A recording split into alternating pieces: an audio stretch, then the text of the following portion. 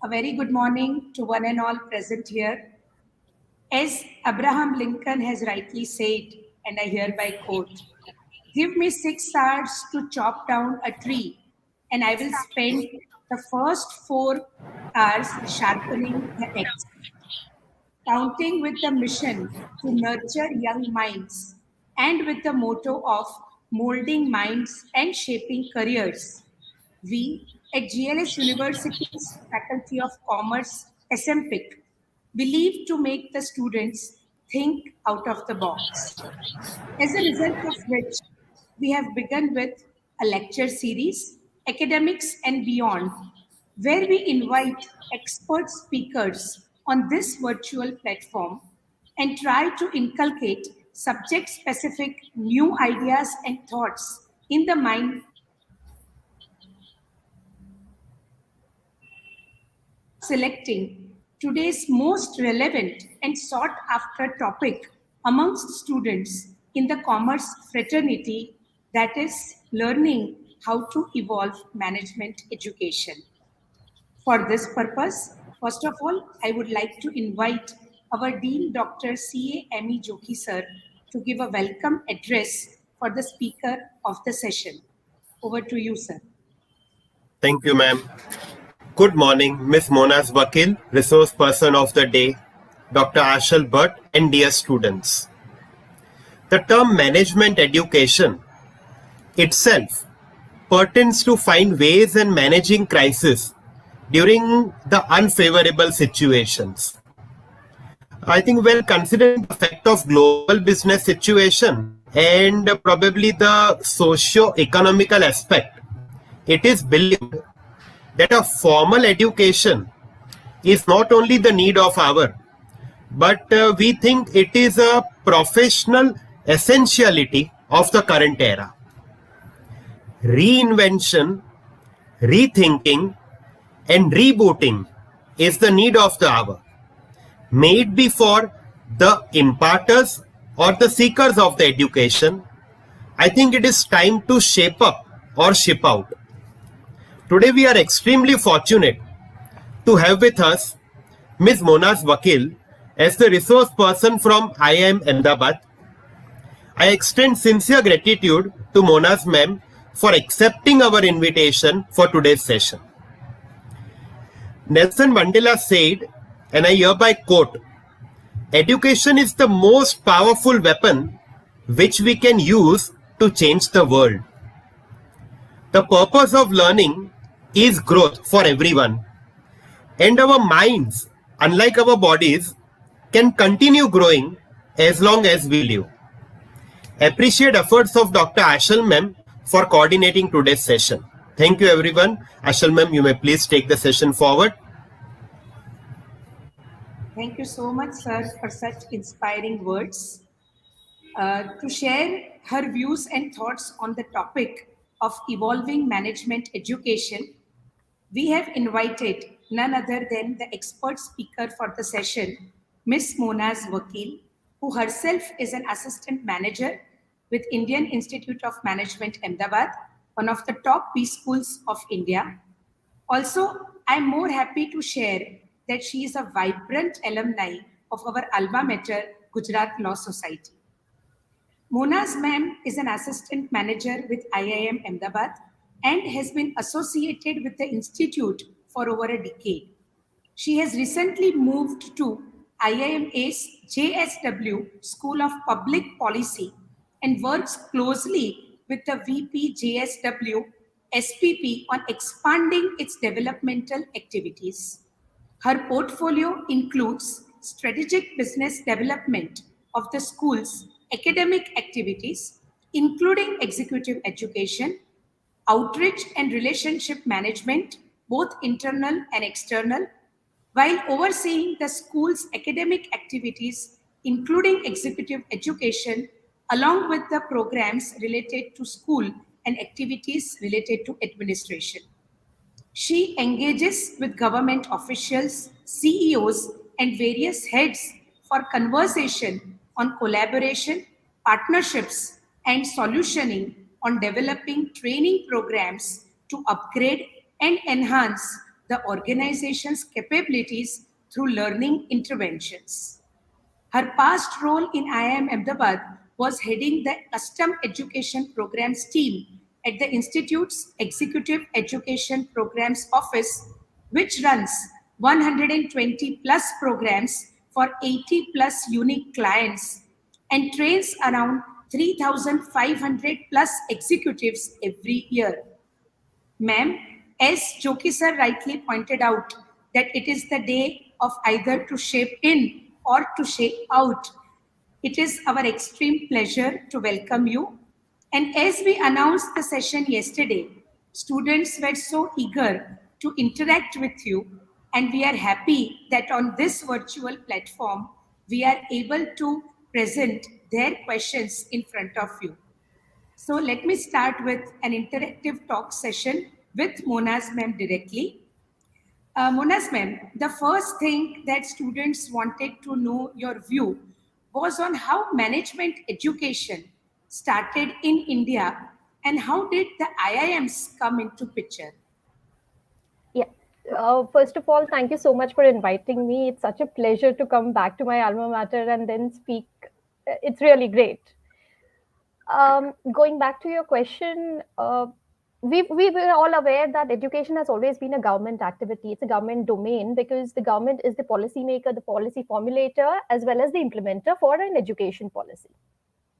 And we tend to go and look at when you go to look at the government activities, you'll also tend to see that policies are formulated that cater to everybody. They have to cater to all people, all aspects, and all sectors across sectors. So we don't tend to associate them to be, out of the box thinking or a revolution. Now imagine 1961, it became like a landmark year, a revolution brewed where the government decided that or formulated a policy on higher education. They did not form one, they formed two IIMs. IIM Calcutta was formulated in November 1961, and the second IIM that came into being was Ahmedabad, IMA. See, when I say it's a revolution, not many people think like institution building. What is a big revolution? But you also have to understand the scenario at that time. Education at that point consisted of three streams: science, arts, and commerce. You are the elite, you go to science. You moderate or you don't, you're not interested in science, you go to the commerce stream. And if you cannot go into either, you go into arts.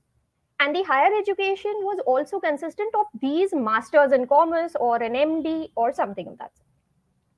Now imagine this is the government at that time, which is coming out with a revolutionary idea. It's saying it's forming an institute, it is giving credence to higher education, and it is also saying business is an important aspect.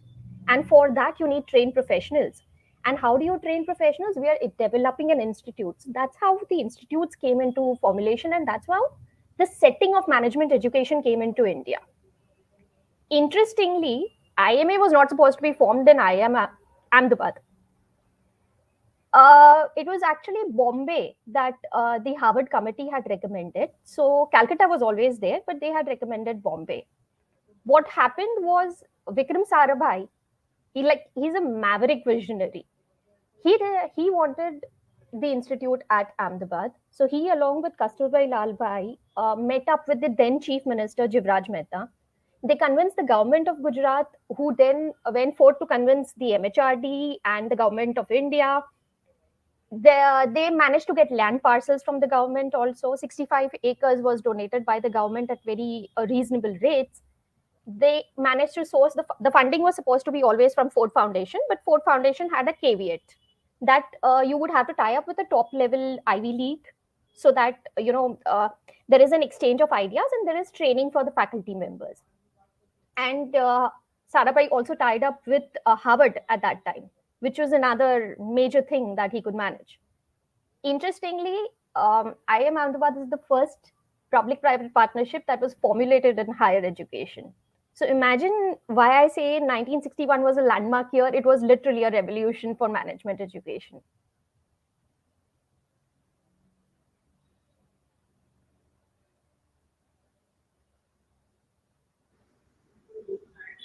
So nice to know, ma'am, from you that 1961 became a landmark year and with stalwarts like Shri Vikram Sarabhai, and tying up at that moment with Harvard University is a actually a big thing.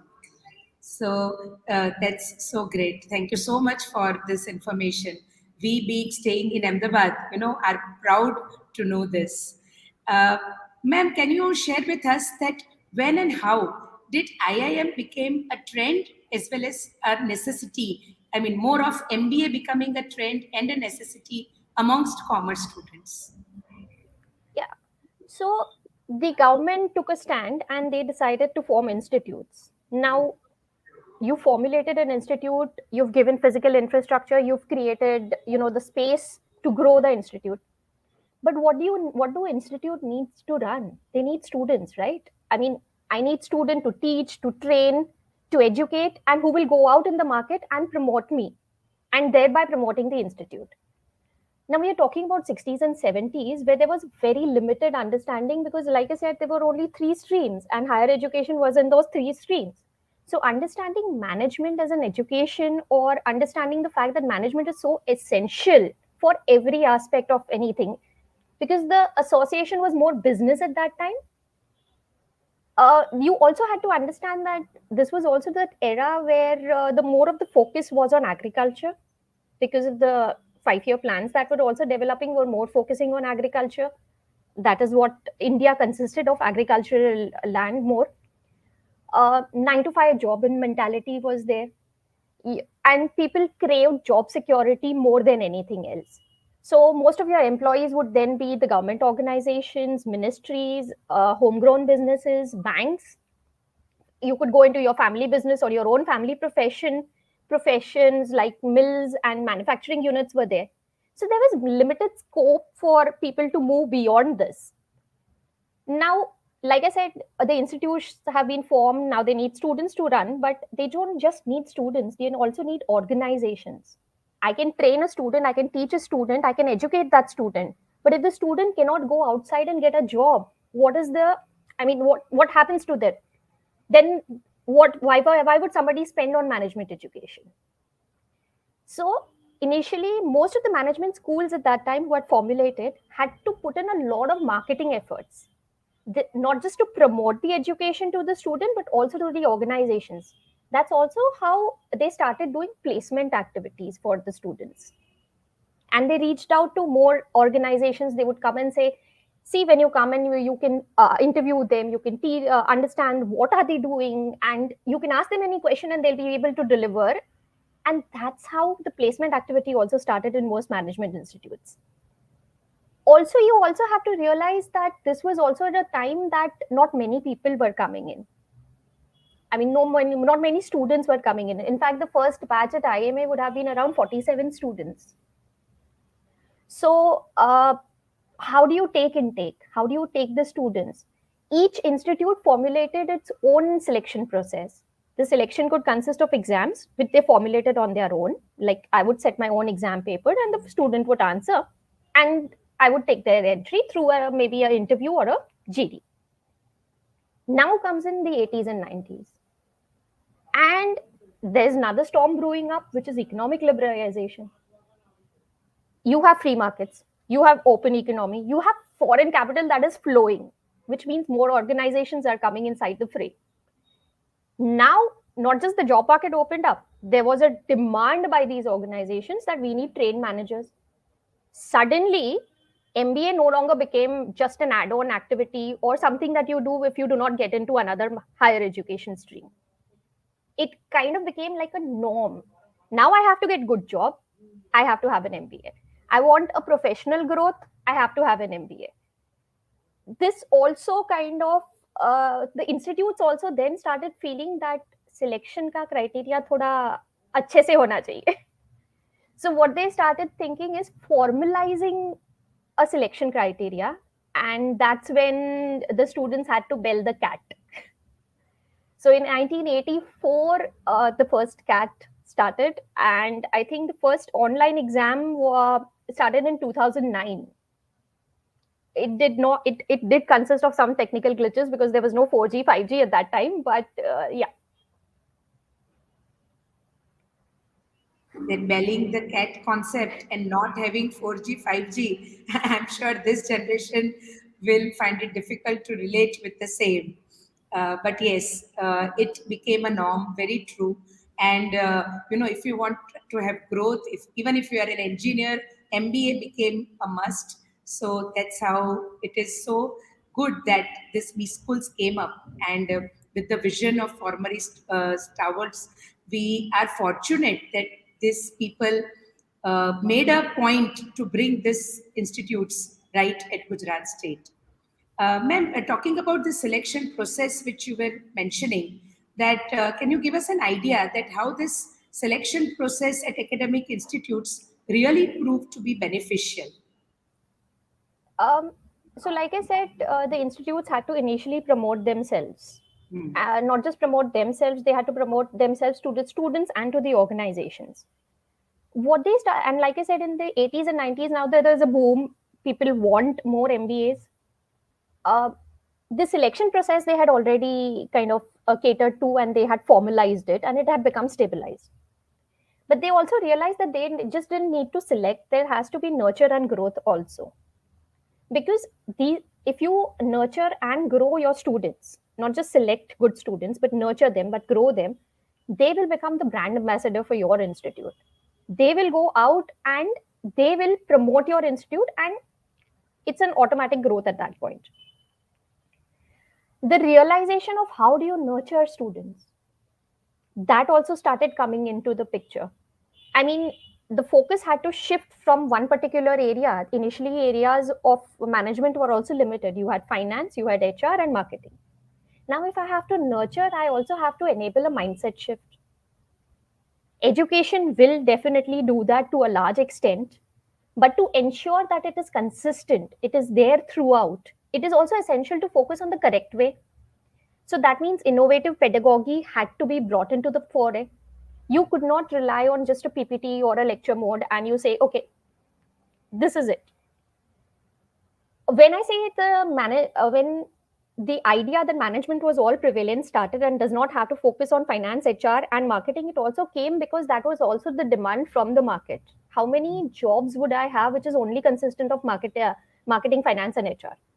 I have aspects in other areas also. Contemporary areas started coming in, be it say strategy, be it public policy, be it an IT, be it communication. I think 84 or 86, I'm not very sure about it, was the first time agribusiness also came into the picture. Like agriculture no longer remained a domain of the rural areas. Hmm. It could become an actual business. So that was a Hmm. contemporary area that was formulated where management education and formalized management education started. Hmm. This is where we realize that management is not just one aspect or a few areas, it is holistic. Hmm. Like I said, the push came in from the organizations, not just for different areas but also holistically developed individuals, which meant that, like I said, pedagogy had to change. Hmm. And how do you change pedagogy? You can change pedagogy only by understanding what it is that the organization wants, Hmm. what it is that is the market demand, and what is going to be future market demand. That means that faculty now did not just have to rely on doing teaching, they also had to understand what is practice, what is its requirements. When you work together with an organization, you start understanding more about the market demands, which led to research for faculty members, which led to consulting opportunities. And because they kept doing teaching, research, and consulting, they were invited to be members on boards, members on committees, members of government committees, member of public bank boards. And that is how policy advocacy came into the picture. Now, when you select and nurture is taken care of, growth is just a byproduct, be it for the institute, be it for the student, or be it for the organization. So that's how your selection process and choosing the right fit makes it really beneficial for all concerned and all the stakeholders.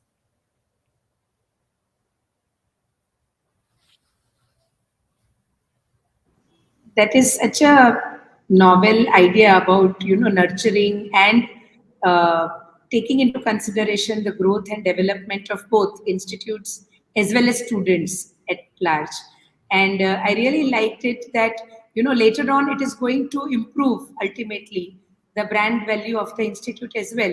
So it's more of, word of mouth publicity that way. Also, ma'am, I mean, what were the trends post this selection process period? So, like I said, the selection process period came around the 80s and it kind of stabilized around the 90s. Mhm. Again, now comes in the millennial year, 2000s started coming in. And like the institutes have to evolve. So, management education, interestingly, has always kept evolving. It does not stabilize, it does not focus on certain areas, or it does not accept any and every change also. But it is always constantly changing. Now, in the 2000s, when the focus shifted, you have a more open economy, you have more people coming into the mainstream. um, Organizations now did not want just trained managers. Administration was no longer important. They wanted now CEOs and professionals, people who could lead, people who could think out of the box, people who could drive the organization, and people who could drive the organization to success. When you have that, marks then become no longer the only way to select people. I mean, marks are important, there's no doubt about it, because education, that's one of the way we assess an individual. But how do I intake and take people who are good students, not necessarily with the focus only on marks? So the buzzwords that started coming out was diversity.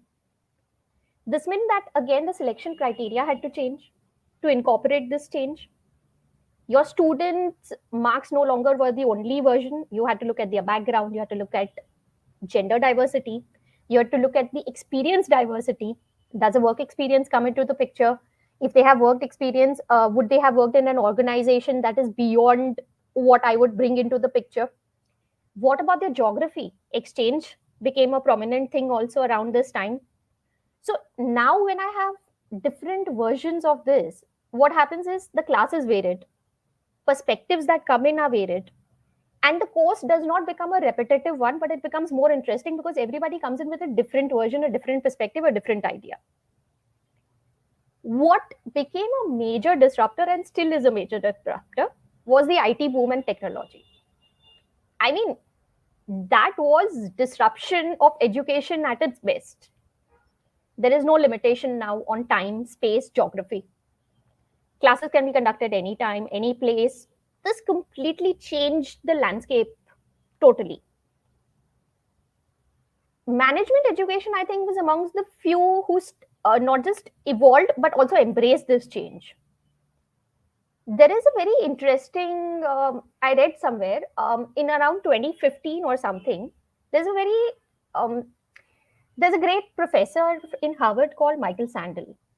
He takes classes on philosophy, and his classes are completely booked. Like, people have to give credits to be in his class, and it is completely booked. You can also check out some of his sessions on YouTube. Michael Sandel was one amongst the few people who also initiated. Harvard was also initially the first people to kind of take up online education. His class was simulcast in 25 different countries together. And from 25 different countries, students could ask questions at the same time. And that is how technology is evolving. You will have other minor disruptions, major disruptions happening all over the era, whether it has been an e-commerce, whether platform-based businesses are coming into the place, whether the gig economy is rising now, the work from home is now becoming a major trend. You also have millennials in the job, which means that there is a different perspective that comes in, and no longer the same thing that is applicable earlier comes into it. And like I said, education has completely evolved and accepted all these changes, and that is the reason why it is still in demand. Just as you mentioned, on the click of a button, if we can if we can connect with professors at Harvard University or major universities all over the world, it is such, technology has proved to be such a boon as well. And majorly our education system has evolved in that way. At Monas ma'am, at students level or organizational level, what do you think are the challenges faced by an institute itself for the rapid changes happening every now and then? Um, See, all the changes that keep happening, not all changes can be incorporated. I mean, you have to be very, you know, fast. It's like fast and furious. Changes come, they last. It's a trend. You have to understand what is a trend, what is a fad, and what is going to be the change. And that I think most management institutes kind of have because they are working with the organizations. Like I said, they are doing research, they are doing consulting, they have been catering to this demand for long. So some of these would may have been predicted by them also. And even before that change came into the picture, they could have put that and put it into the curriculum itself as a part of practice. But that doesn't mean that everything is smooth sailing. An institute will always face challenges, and the challenges would be internal as well as external. See, for an it's very easy to build a physical infrastructure. It's so easy. I mean, I get a parcel of land, I get construction workers, and I build that infrastructure. But how do you convince yourself about quality, or how do you convince people about quality, be it of the faculty, be it of the education, and be it of the students that you're churning out? The selection process, selection process, and the education, that is how you kind of reflect back and say, hey, quality students are being given, and the organization will benefit out of it. Creating a culture within the organization or within the institute of academic excellence is also essential. It it's it takes a lot of time, it takes a lot of effort. It's not an easy investment that any organization or an institute will think about, because it comes with many challenges. But if you invest in it, trust me, most of your challenges can be met because of this. The other major challenge most institutes will also face would be more on the pedagogy version. See, it's very easy to go into a class, and it's very easy to transmit knowledge. Transmission, I mean, I'm talking, you are listening, and that's transmission. So you'll see more PPTs, you'll see more lectures, monologues, those kind of things that are very easy to kind of take. If I have to be cutting edge, and if I have to evolve, not just myself, because as a faculty I also want to evolve, right? Or as a student, I also want to understand different things. I don't want to be just listening. I have to develop, or I have to ensure that the pedagogy ensures that there is a development of there is sustainable development, and it is a solutioning mindset development. So, what you have to focus would then have to be inductive learning, where you question, and questioning is an art. The Socratic method kinds, where you question the question, you question the answers, you again question the question, you question the answers. And if you inculcate as that as a daily practice, as a daily pedagogy, the byproduct of it is amazing, because leadership skills are immediately developed, whether it is critical thinking, whether it is crisis management. But like I said, it's a challenge for many institutions. um, you could relate it back to the faculty version of it, or you could to it as the taking the easy way out.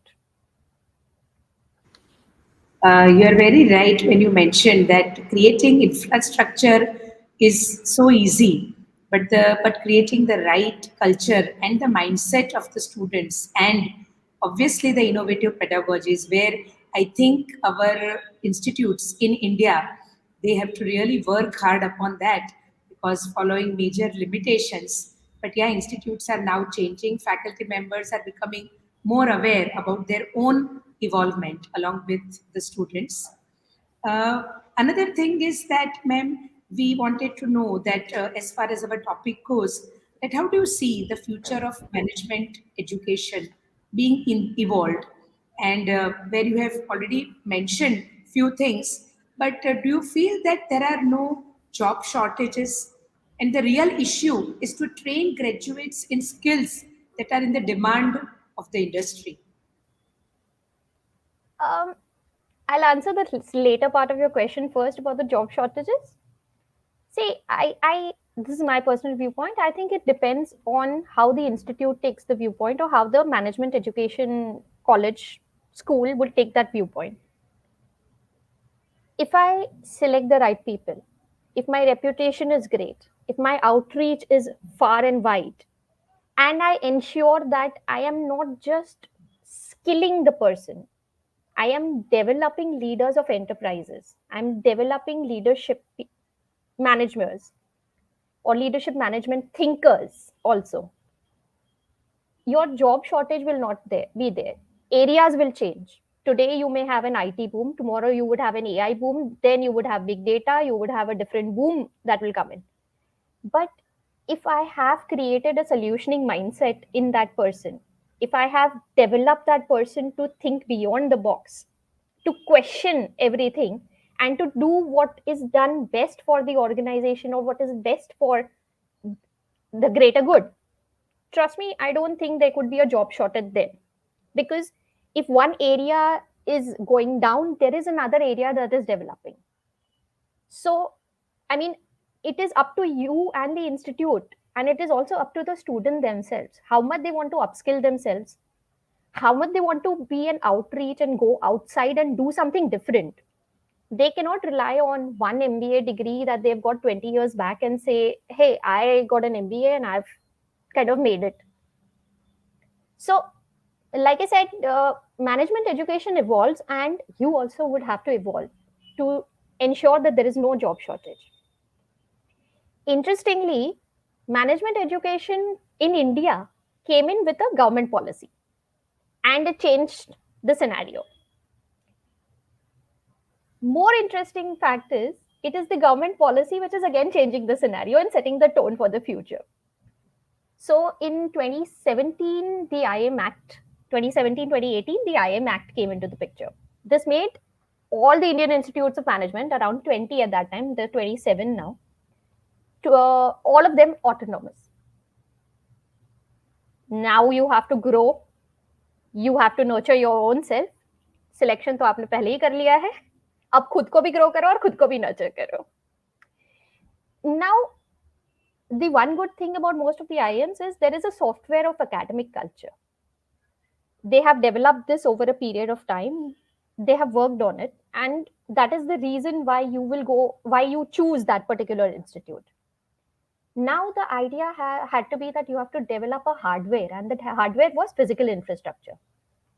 You cannot rely on those, a limited number of students. You have to grow, you have to expand, you have to spread your outreach, you have to sustain yourself now.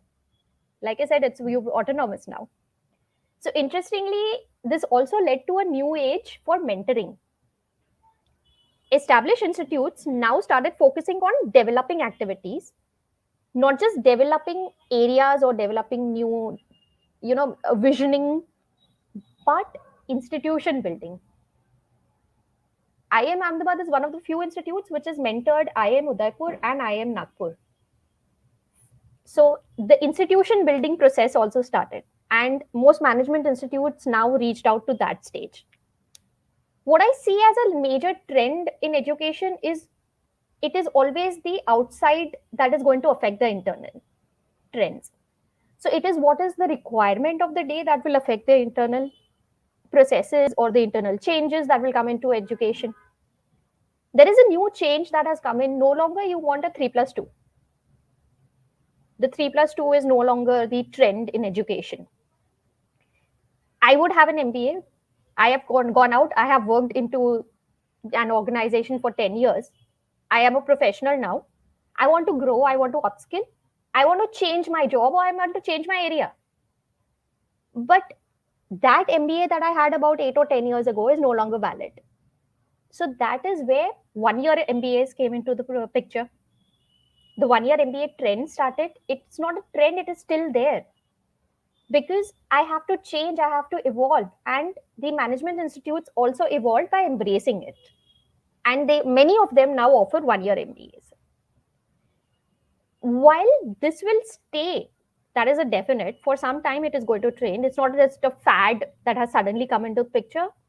like they say, midlife crisis is majorly there. It is not going to go away suddenly. But what is exciting is mode is no longer a restriction. I don't have to come to a physical campus space. Online is gaining prominence. And when you say what is the future of management education and its evolution, I would say that online education will play a major role. Maybe today it will be a, you know, not a substitute at this point. It will be complementary. So because it's not easy to move away from contact. You need human contact. You need to be in a same space. You need to fraternize. It is human nature. But that is where I see a major trend coming, and that is going to be blended programs. Your hybrid forms of programs. You would have a mix of face to face, you would have a mix of online, and it also means that I don't have to be away from my job for a longer duration. I can work, I can take the program, and I can come back to work again. There is another trend that is developing or has developed for a long time. It is brewing since a long time. It's not a trend anymore. It is a requirement. It is an essential requirement. And that is the concept of continuous and lifelong learning. See, professionals in a 2 year or a 1 year MBA, which is physical, by the way, they would have to leave their own jobs or take sabbaticals. They would have to seek new opportunities. I have to go and do my outreach. I have to seek a new job. This leaving the job every time, or even for the organization, it's not feasible, right? How is it feasible for an organization to give 2 year break or a 1 year break to an individual and say, hey, okay, you can go ahead and do what you want? The job is still secure for you. Nobody can predict that in this economy. So, and then as an organization, I don't also want unskilled manpower. I want trained manpower. But I also want them to be around and not leave the job. The major trend and the major evolution of education is going to be executive education. This is where executive education fills in the gaps. People can train, reflect, adopt, practice, refine. So it's like this 9 course meal or a 7 course meal that is broken up into bite sized chunks. It is an at your pace thing. You do it, you go back again to your job, you come back for another training. It Executive education in most top-notch management institutions would always have been a part of the management education process. Interestingly, I am Ahmedabad. We talk about more about its flagship program, the PGP, or the MBA program, as you now know it as. But we started with executive education. The 3 tier program was the first program that was launched, and that's how the management institute was started. So trust me, it's not going to be a fad any longer. It's going to be a part, and it's become more pronounced. We see that in daily practice. Professional certification is now gaining acceptance. Earlier, people used to be like, oh, I need to have a degree. But if I have even a certificate of participation from a top notch institute, an organization understands that this is an essential part, and they understand that, yes, you have taken time, you have taken effort, and you have upskilled yourself. And I appreciate it, and I am hiring you based on that certification also. There are various types of executive education programs that you will see. You can have open courses with the institute is launched. You can have custom journeys that are designed. So these could be leadership journeys, development journeys. Organizations would come to you and say, customize this program because we have so many employees and we want you to do this particular thing. You would have various other elements also in it, be it not just the journey. You would have an action learning project that happens along with it, which is on the job training project, and you have to do teamwork. So you are not doing this alone. You're doing this with a team of people, which means that your leadership skills is being tested.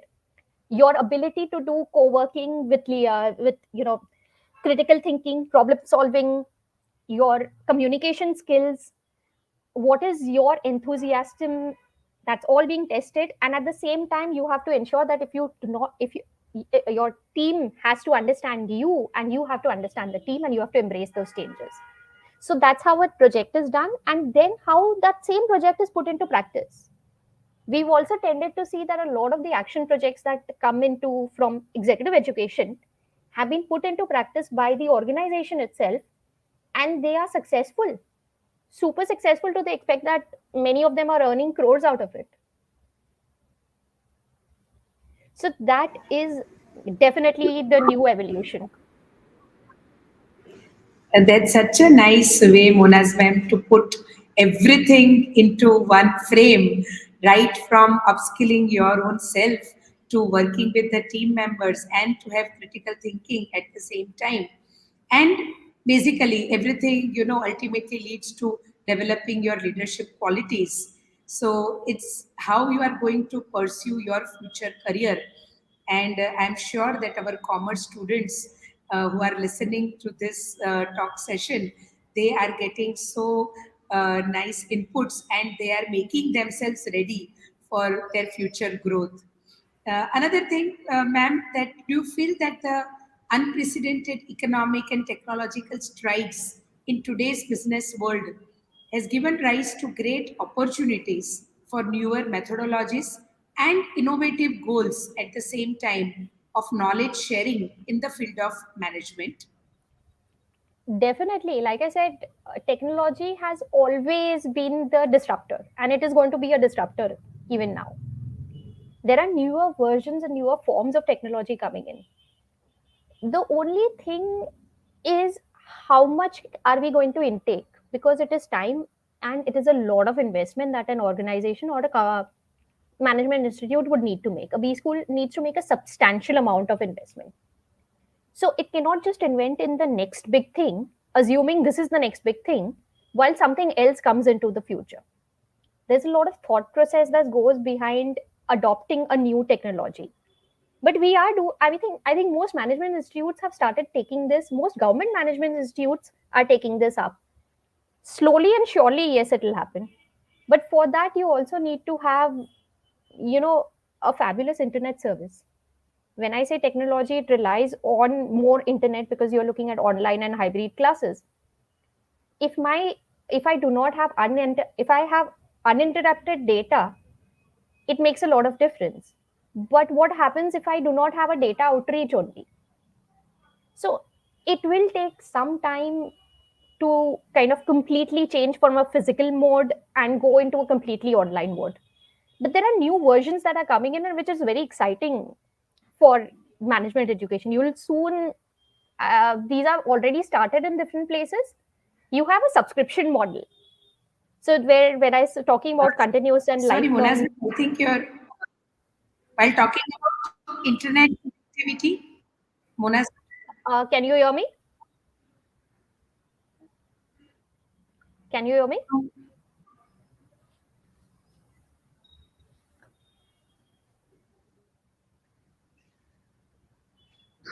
yeah, Mona's ma'am, Can you while hear me? talking about internet connectivity, I think your audio and video was paused. I'm sorry. Okay, Yeah, no problem. yeah. I'll repeat that. Just the, So the what? last part that you wish. Yeah. Yeah. So I was saying that you need, a larger version of the data. You cannot have limited data connectivity and then say that, technology and we'll take up online classes. And this has to be across, because for an institute to invest into that kind of thing, it also means that the outreach has to be that much. Harvard has invested a lot into technology due to the pandemic. The pandemic kind of changed a lot of, so a lot of disruptions started coming in because of the pandemic also in education. Harvard has taken a completely hybrid model of classroom. So if you go and look at online on the Harvard model, what they've done is they've put in moving cameras. So when the faculty is walking along in class, the camera follows the faculty. They have a screen that is completely most European schools now, not just Harvard, most European schools also, they have this entire wall of screens. And on each screen is one student who has logged in from their Zoom ID or a software ID. And they are the ones who then go, and that is a new trend that has started, a new phase of education that has started. You can see the students, you know their names, and you are teaching, and it's live. But again, like I said, you need uninterrupted data service. You cannot have call drops, you cannot have 2G 3G service. You still need the outreach over there. There is another versions, most places have started, and that's called a subscription model, which is going to be sooner, I guess, would be the next new thing. So when I'm talking about continuous and lifelong education, that is the model that will start. Maybe it will soon come to India. Technically, you are seeing it, say, in a Beju's or something, where you have to subscribe to it, and they will tell you, okay, you can subscribe to maybe say only a math and science, or you could subscribe to the entire package. So subscription model is going to be the new thing that could come as an edtech venture. Um, a lot of conversation is going on around augmented reality. I don't know how far it will come over or how soon it will come over in India. Simulations, gamification, these are all things that have been, so at least from where I come from, we see simulations being used as a part of the course in many times where it is required. But simulations that are now more moving towards an augmented reality will come into the picture. Gamification of that kind will come into the picture. Automation will come into the picture, where you kind of receive, so your MOOCs were a version of automation, where you could go and log on to any time, any place, and you could listen to the lecture at your pace. AI is going to be play major. Blockchain has already come into the picture, because I think most organizations, most everybody is now on blockchain. Most management schools and B schools are giving digital certificates, which is a blockchain technology that you're using. Keeping records has also gone onto the blockchain, but maybe in a more pronounced manner it will come out. We never thought about the idea that students would be using learning management systems, the LMSs. Almost all the organizations or an education school is now using a version of the LMS, or they have created their own LMS. So I think we are using technology in a varied manner. We're not realizing it maybe, but we are using it to it's not just graded. At this point, it is slightly graded, but it will soon become a boom.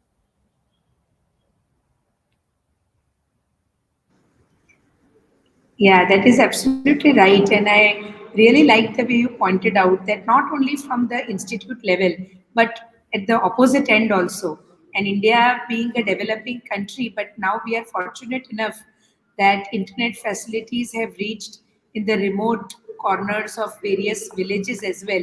So that also is going to play a major role. And with this big B schools coming into picture, this kind of learning where you can see the faculty roaming around, and at the same time where you can see each and individual student's reaction, that is going to play a major part. Another thing, ma'am, what are your views as far as the COVID 19 pandemic has accelerated the pace of digitalization of education that we were talking about? Since most of the programs are now virtual or geographical boundaries do not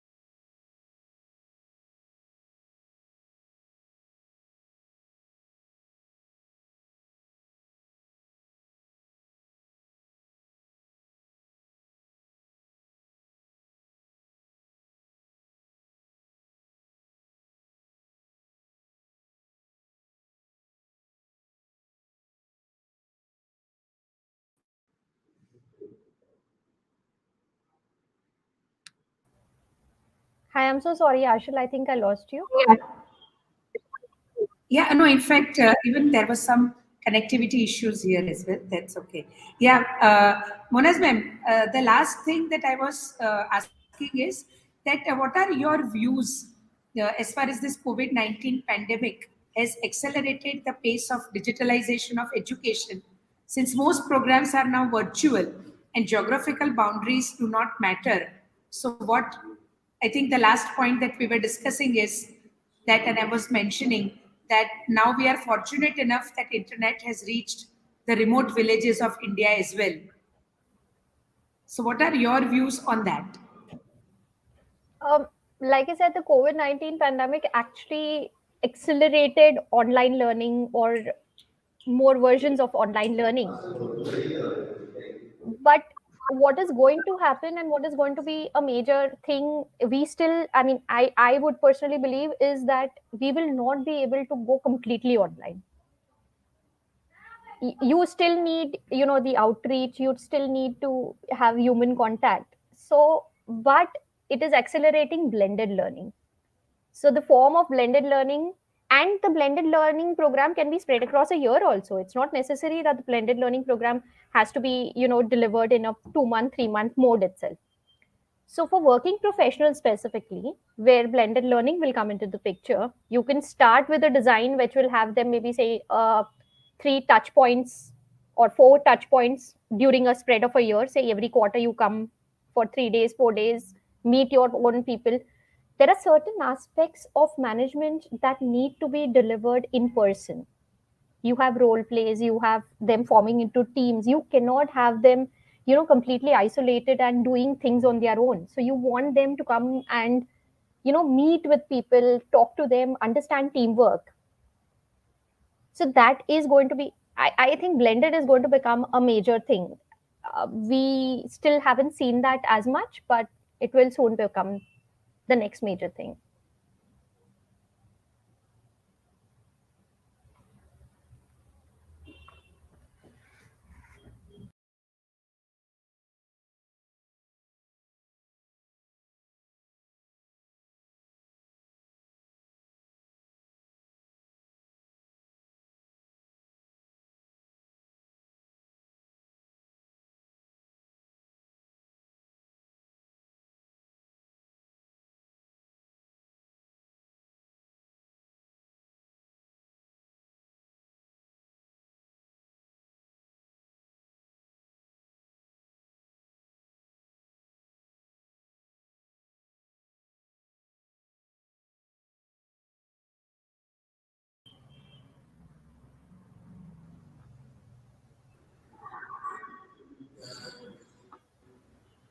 I think they have also realized we are talking about technical glitches. Yeah, yeah. Yeah, So, so please. my version was that we will go and see a lot more blended learning that will come out into the fore. Uh, the pandemic has also forced the institutes and schools to start investing in technology, and they have realized that the investment is paying off because now your outreach is more. You, like I said, there is no constraint, there is no geographical constraint, there is no time constraint.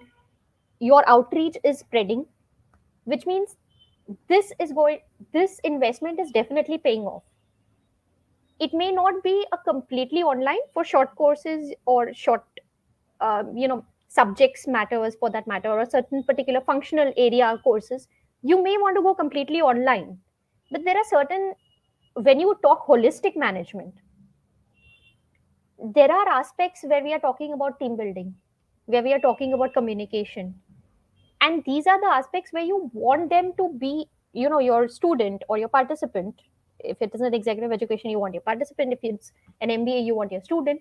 You want them on that campus, you want them connecting to a teammate, and you want them to working on it, which includes an action project maybe. So I think the larger thing that is evolving now is going to be blended learning, and it's soon gaining its own pace, and sooner or later that could be the new version of MBA. Right. Again, justifying the title so well. Thank you so much. Uh, the last but not the least, I mean, according to you, that is hybrid learning, the future of management education across the world. It's already started across the world, and almost all management schools have started embracing it.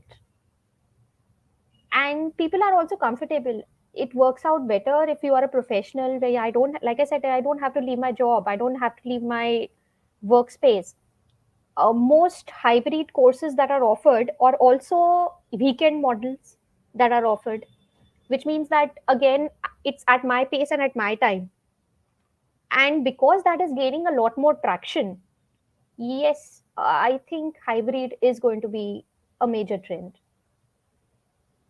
It is a Uh, trend, actually. It's going to be the next change that we may see in education. True. Yes, any student who wants to ask any question in the chat box. And one more question, Monas ma'am, that the student had, that I mean, what are the special tips if you were to give to them as commerce students for, entering their dream B schools, one of the topmost B schools of India? Just be yourself. How nice. You have to be true to yourself. That is so. Like I said, marks are no longer the criteria for most B schools now. They want to look at diversity. So, what have you done besides focusing only? I mean, a holistic development of yourself is also going to play a major role. And it's don't be worried about how the personal interview would go or what will I talk about. If you are yourself, that interview will go fabulous. And it's not necessary that you have to know all the answers. That is so true. So to end the session on a right note, Mona's web, that be yourself. We really hope and wish that our students coming from commerce undergraduate background, they do follow this. Being true to oneself, that is the bottom line. I think Mona's ma'am shared with all of us.